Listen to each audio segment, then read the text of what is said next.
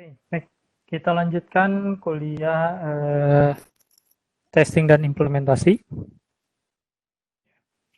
Untuk hari ini kita coba untuk memaparkan object oriented testing design. Jadi kalau yang kemarin-kemarin kita bicara tentang testing metodenya, ada white box dan black box dengan berbagai metodenya di dalamnya. Nah, sekarang karena pemrograman sudah ke arah object oriented, bagaimana untuk desain testingnya? Kita lihat.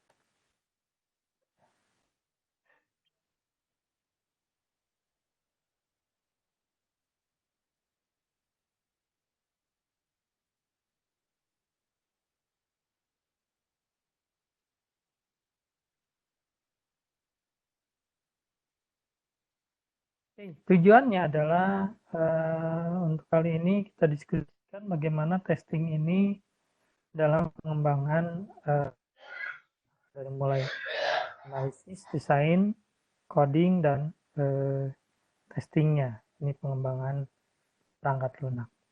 Ya, cuman testingnya di sini adalah testing yang ke arah pemrograman object oriented.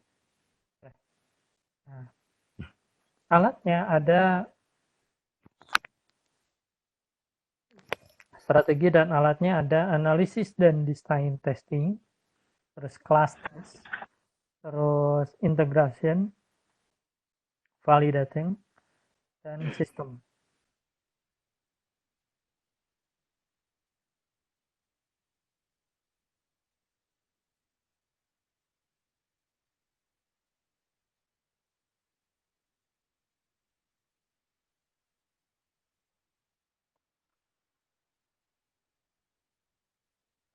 Object oriented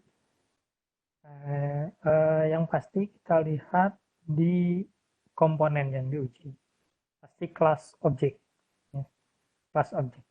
Nah, karena sekarang banyak desain, analisis desain yang menggunakan UML, kayaknya untuk yang object oriented testing ini lebih cocok gitu ya digunakan dibanding kalau kita menggunakan testing black box atau white box. Karena white box dan black box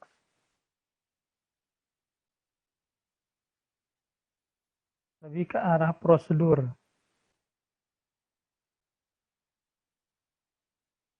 bagaimana algoritmanya, bagaimana uh, apa, algoritma proses di dalamnya. Nah, sedangkan yang object oriented lebih itu sendiri, ya, yang kita uji kelas-kelasnya itu.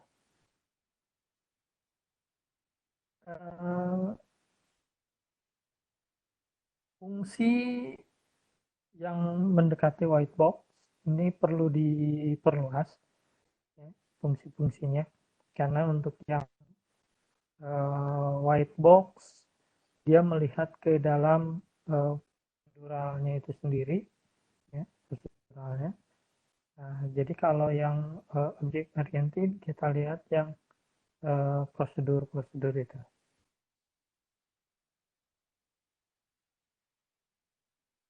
Kemudian untuk yang istilah top, tidak jelasnya ada top bahwa dalam suatu sistem untuk yang top down integrasi dan testing. Ini untuk yang object oriented. Yang jadi topnya yang mana itu tidak jelas, gitu ya.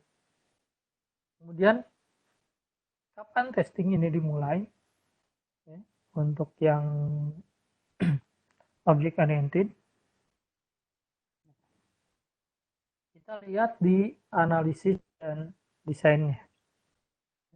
Pada saat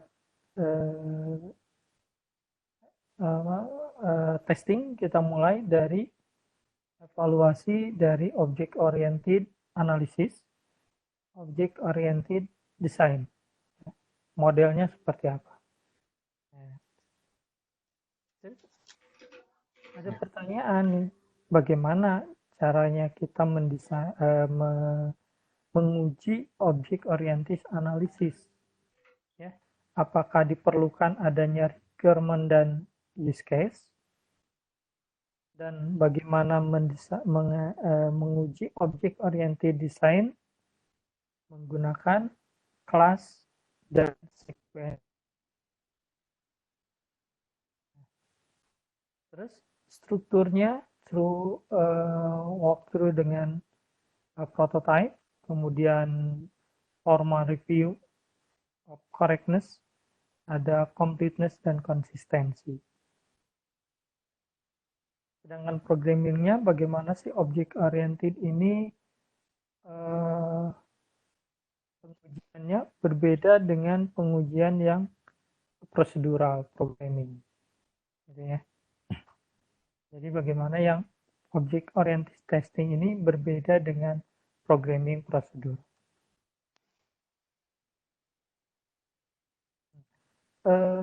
Di object oriented ada istilahnya unit. Unit. Nah, unit ini dienkapsulasi atau dibungkus dalam kelas, ya, dalam kelas.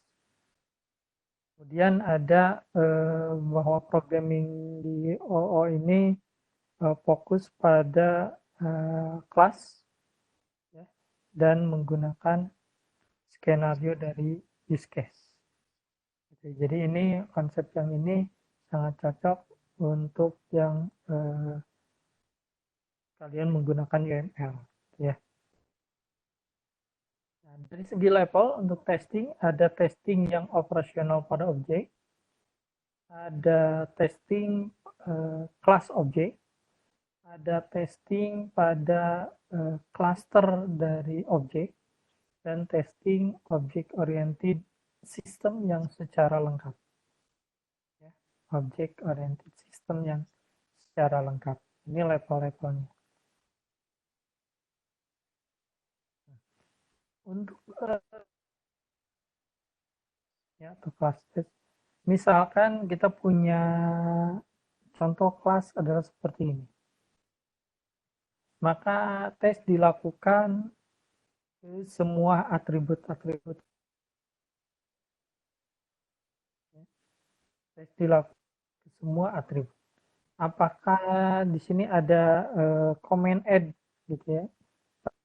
Implementasinya adalah sebuah button untuk menambah data. Ini button untuk membatalkan. Ini mengupdate, ini close, ya, dan seterusnya. Ada ini untuk yang record pertama, record terakhir, next, record berikutnya, dan record sebelumnya. Ya, semua ini adalah diimplementasikan dalam button.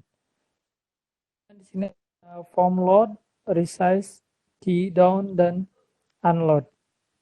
So, ini dites pada atribut-atributnya. Apakah berjalan sesuai yang diharapkan atau tidak. Ya, kalau cancel berarti membatalkan. Apakah itu berjalan prosedurnya, buttonnya, fungsinya. Kemudian add untuk menambahkan. Apakah berjalan buttonnya, fungsinya untuk menambahkan, dan seterusnya. Ya. Jadi pengujiannya pada atribut-atributnya. Kemudian ada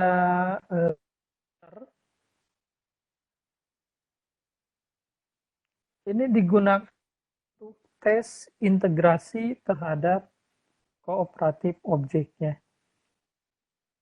Ini antar objek, ya, antar objek.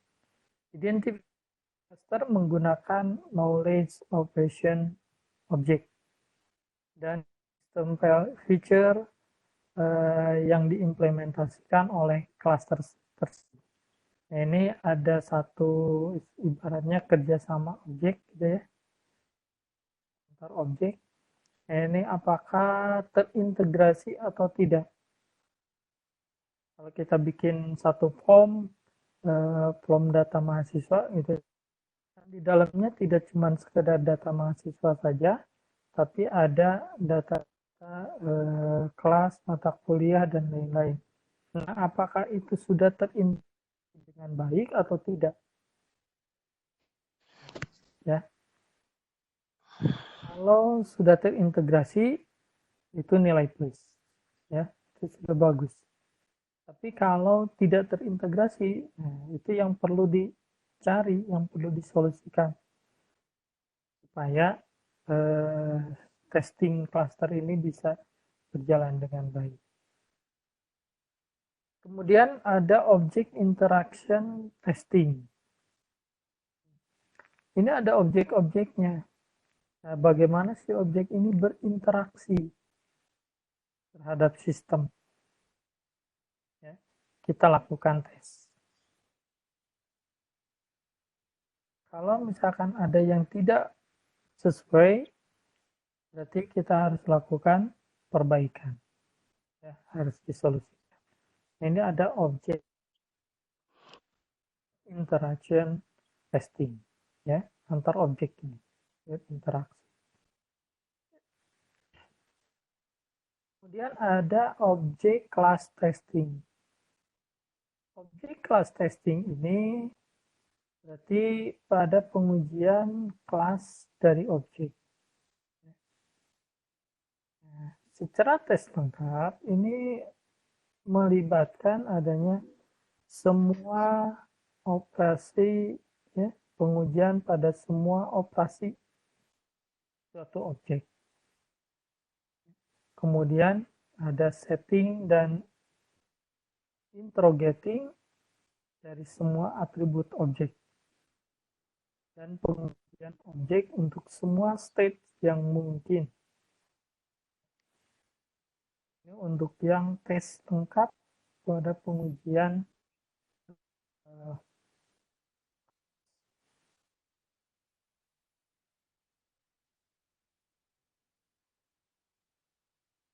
kemudian ada inheritance, ya, inheritance. Nah, ini melibatkan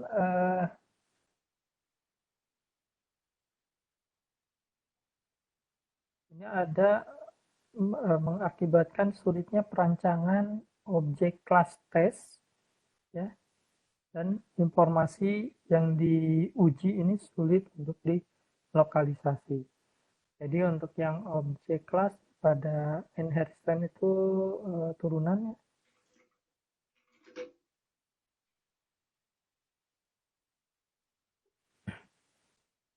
Kita lihat itu yang objek.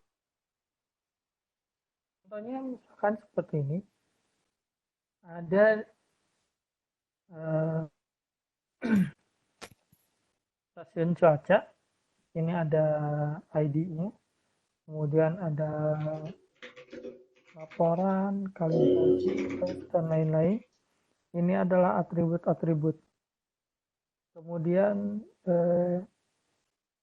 test case dibutuhkan untuk semua operation, ya, semua operation di sini dites satu persatu.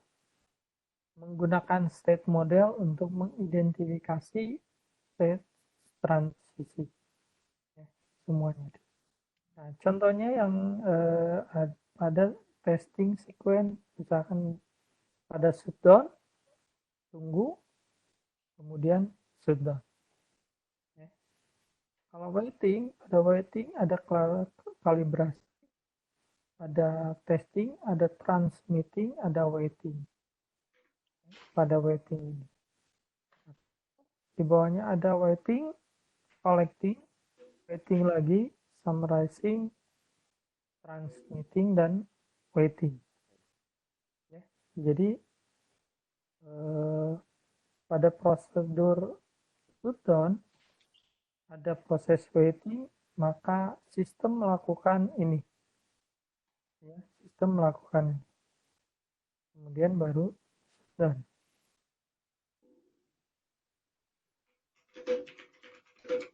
Ya. Sini ada kalibrasi, sini ada mengkolek informasi, ya, mensummarize, dan mentransmisikan. Kemudian dia menunggu lagi. contoh-contohnya misalkan seperti ini.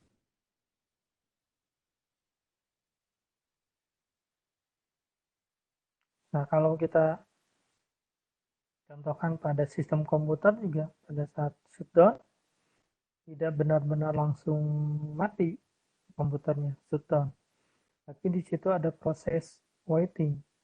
Di dalamnya apa? Di dalamnya ada proses untuk mengumpulkan informasi apa yang sudah dilakukan. Kalau ada yang belum tersimpan datanya maka masuk priority. Tapi kalau yang sudah ada dan sudah lakukan save, dia akan otomatis tertutup. Gitu. Dilakukan apabila ada pekerjaan yang masih belum close secara benar, itu baru disimpan di template.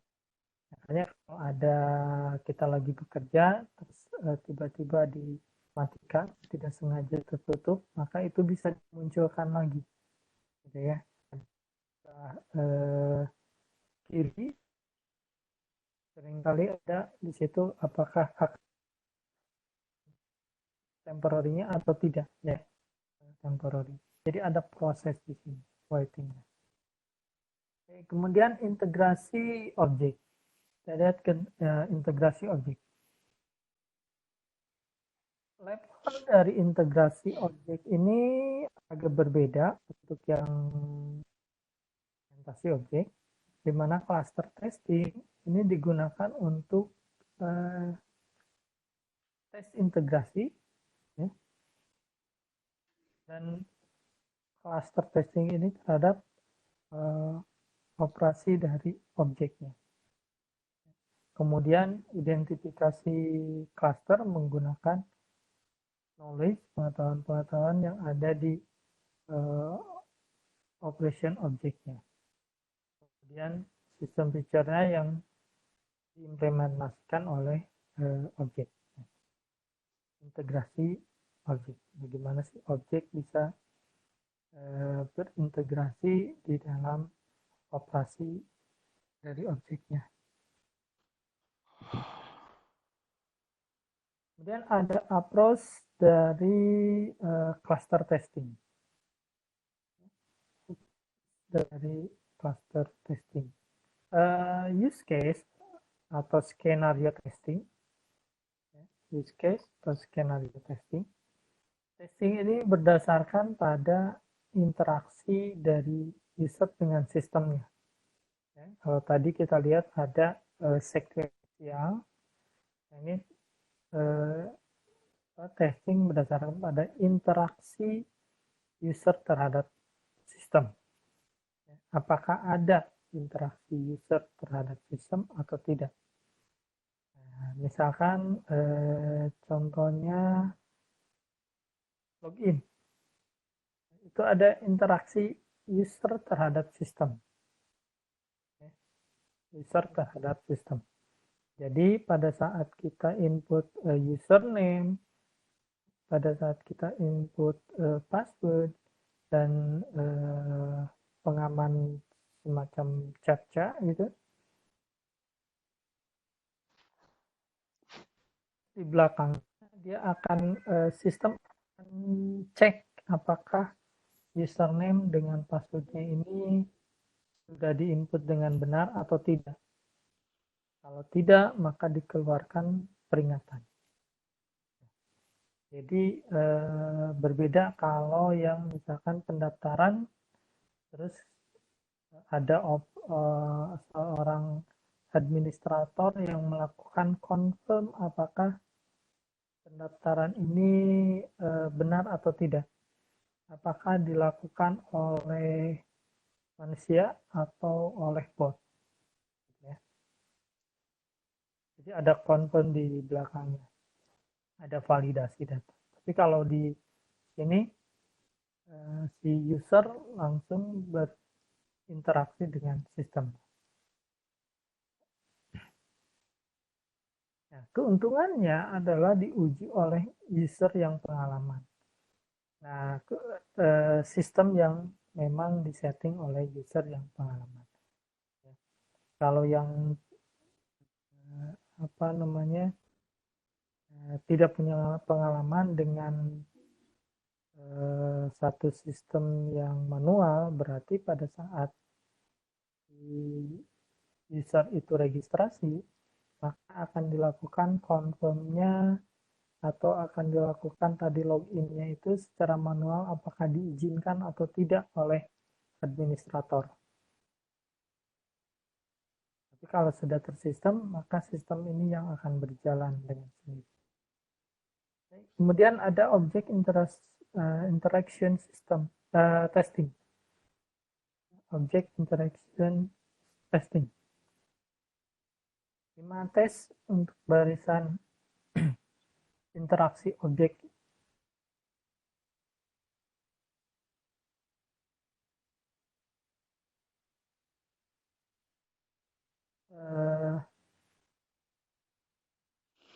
Interaksi objek yang terhenti ya, ketika ada satu operasi.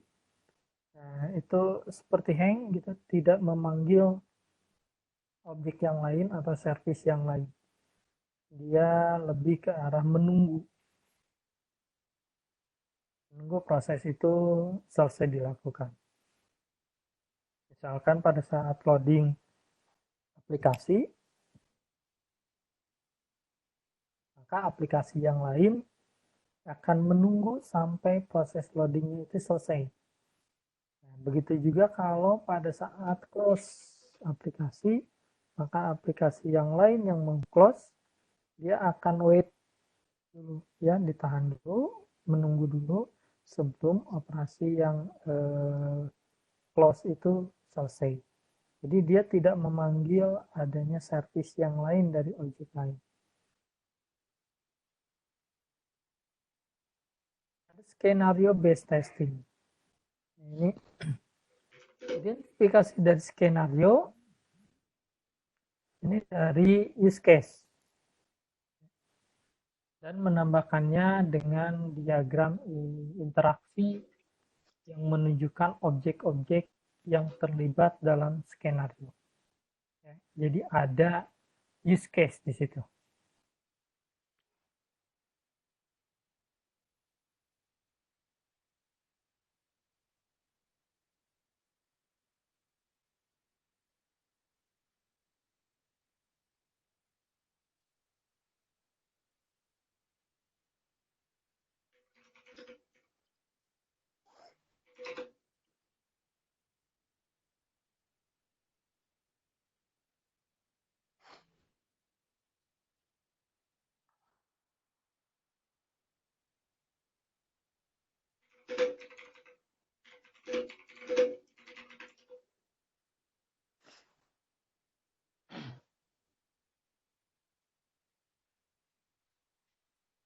Yoel, sehat Yoel?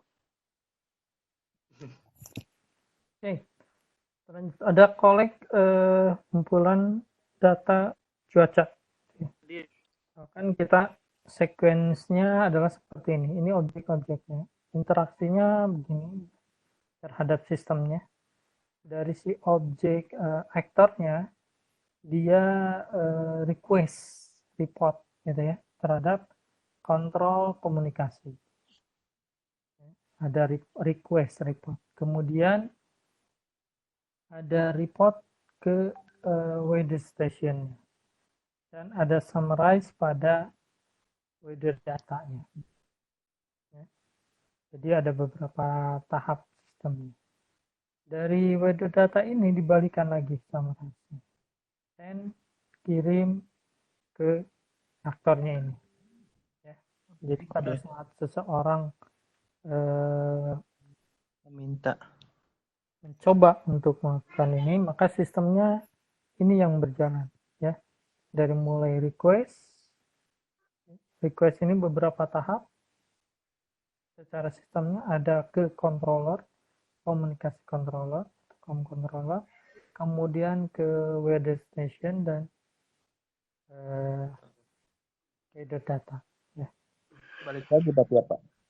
Balik lagi, pasti balik lagi. Soalnya kalau misalkan ini kan request, berarti harus ada ke pengiriman ya kan?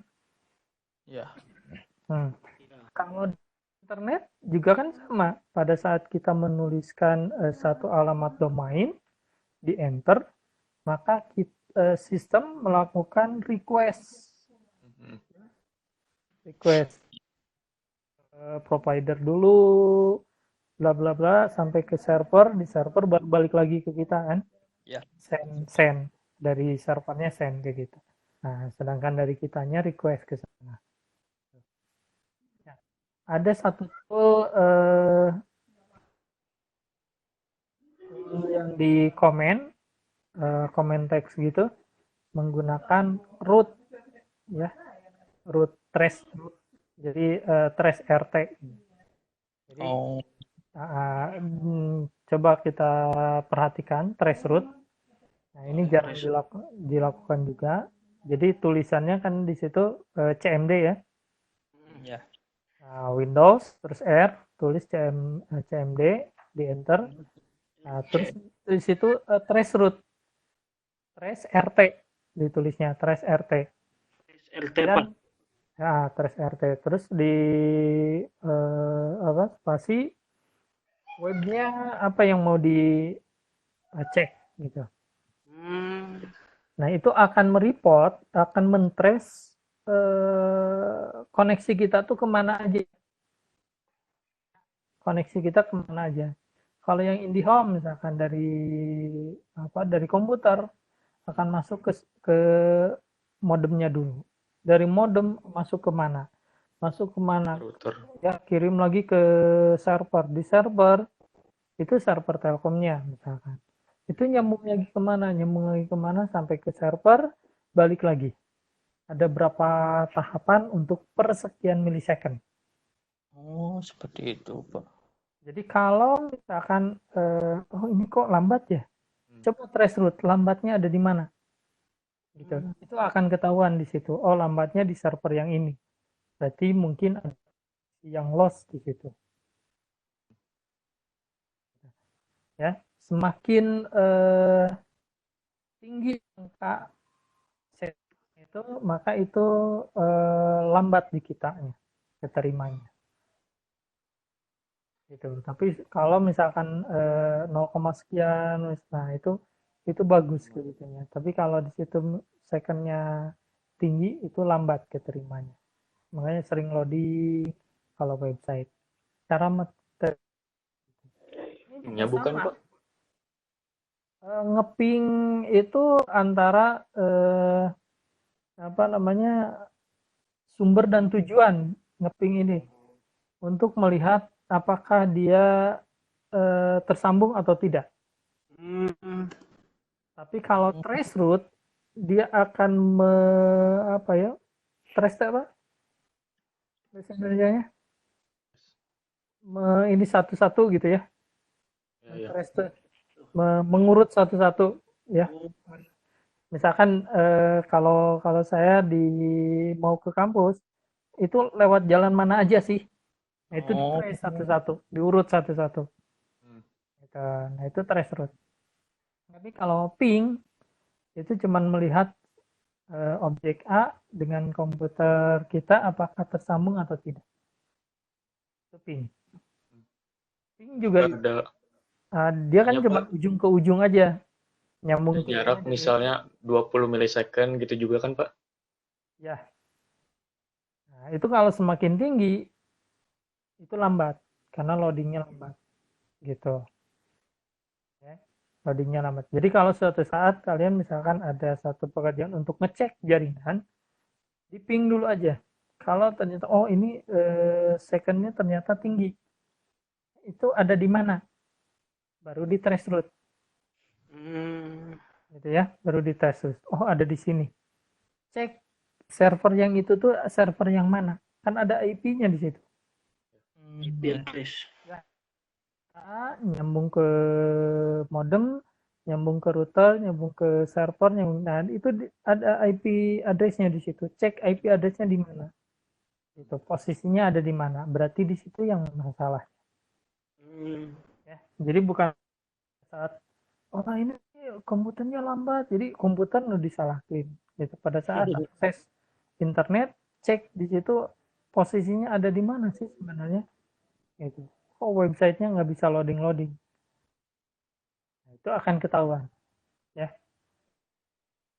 Sistemnya pengurutannya tidak jauh berbeda seperti ini, dari mana ke mana gitu.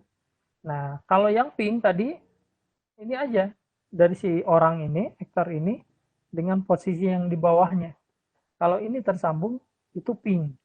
Tapi kalau traceless dia akan mentrace ke sini sampai akhir kemudian balik lagi. Makanya kita tahu keterimanya berapa milisecond. Gitu ya.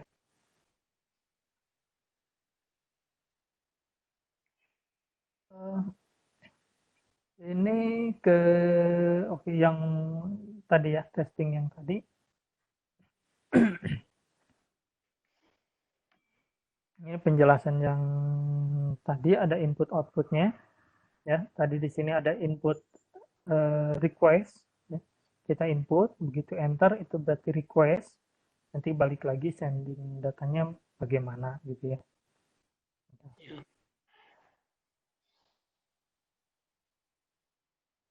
Model pengujian dari objek oriented, ada yang analisis dan ada yang desain. Nah, sebetulnya model desain dengan analisis ini tidak dapat diuji ya, tapi secara ya dalam arti konvensional lah. Kalau desain ini bisa diuji gitu ya, kan kadang sering kita beranggapan seperti itu ya, analisis benar atau tidak jarang kita uji juga gitu ya.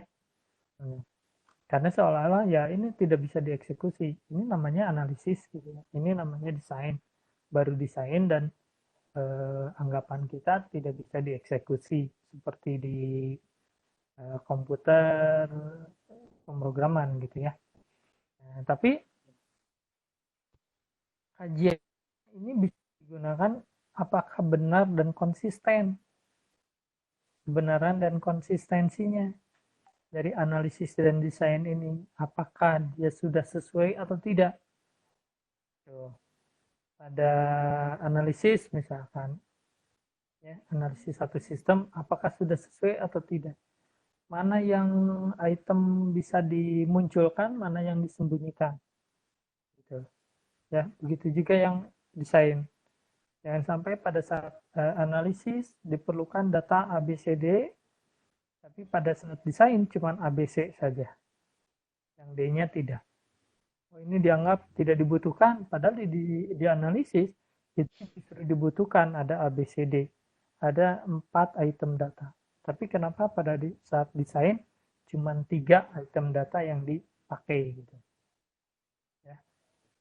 Jadi itu pada tingkat kebenaran dan konsistensinya. Ya. Kalau analisis kan manual gitu ya. Ya, Pak. Jadi si orangnya bisa berdialog dengan user, terus kita gambarkan dalam satu flowchart, kita gambarkan dalam satu pemodelan.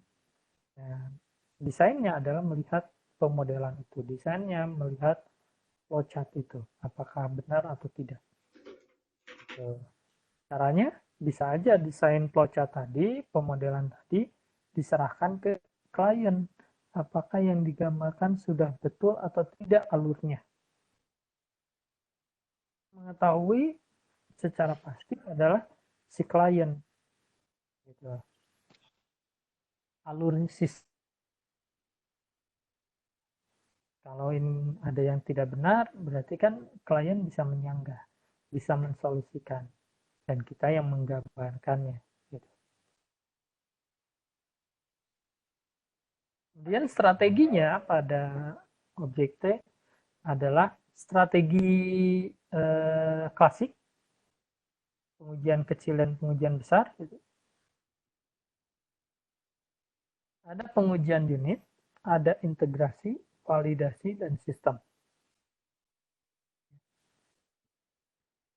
Pengujian unit, integrasi, validasi, dan sistem. Nah, tadi pengujian kecil besar ya saya lihat. Ini unit. Oke. Metode desainnya eh, untuk yang desain test case,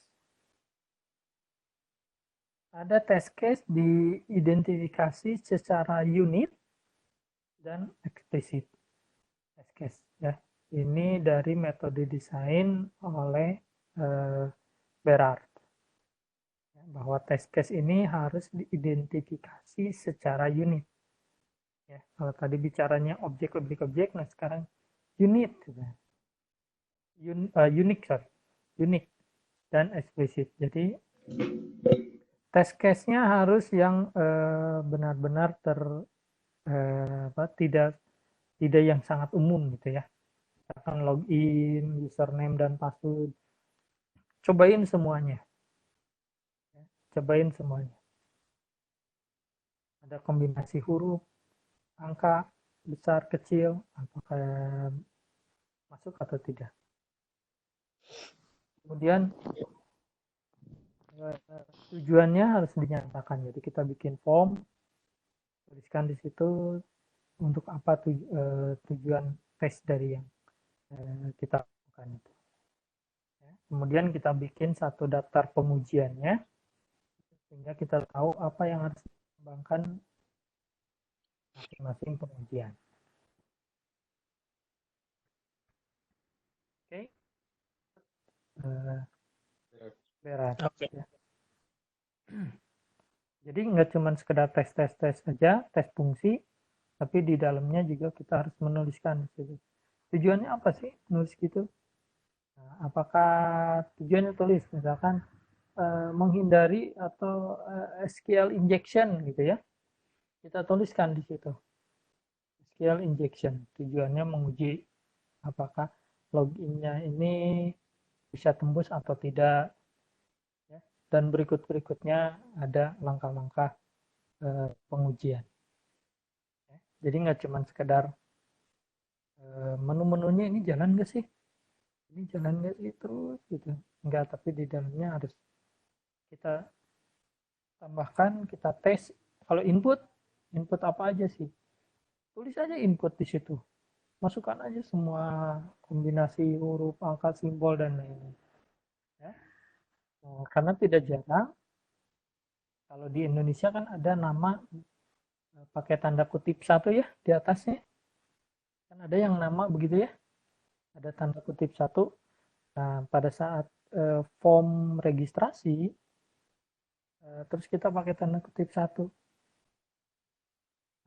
Said misalkan pakai tanda kutip, nah, ternyata tanda kutip itu malah error gitu dari inputan itu, kan ada tuh yang begitu, malah jadi error gitu. Nah itu harus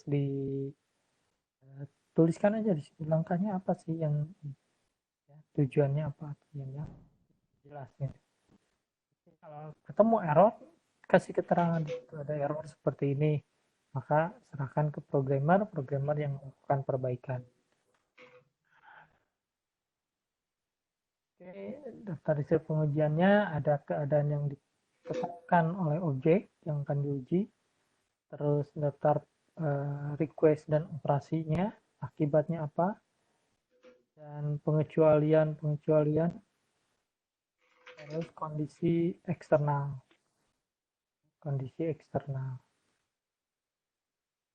Ya, kurang lebih. Kemudian ada daftar menu, daftar fungsi bisa dimasukkan di sini. Daftar fungsi, daftar menu dari aplikasi, masukkan. Jadi kita bisa ngetes juga kondisinya seperti apa gitu ya. Apa yang terjadi kalau ada inputan lain, apa yang terjadi kalau ada beda format gitu. Ada yang kita harus upload JPEG dengan PNG, apakah PDF bisa diterima atau tidak, kita harus eh, ditambahkan dalam satu daftar gitu ya.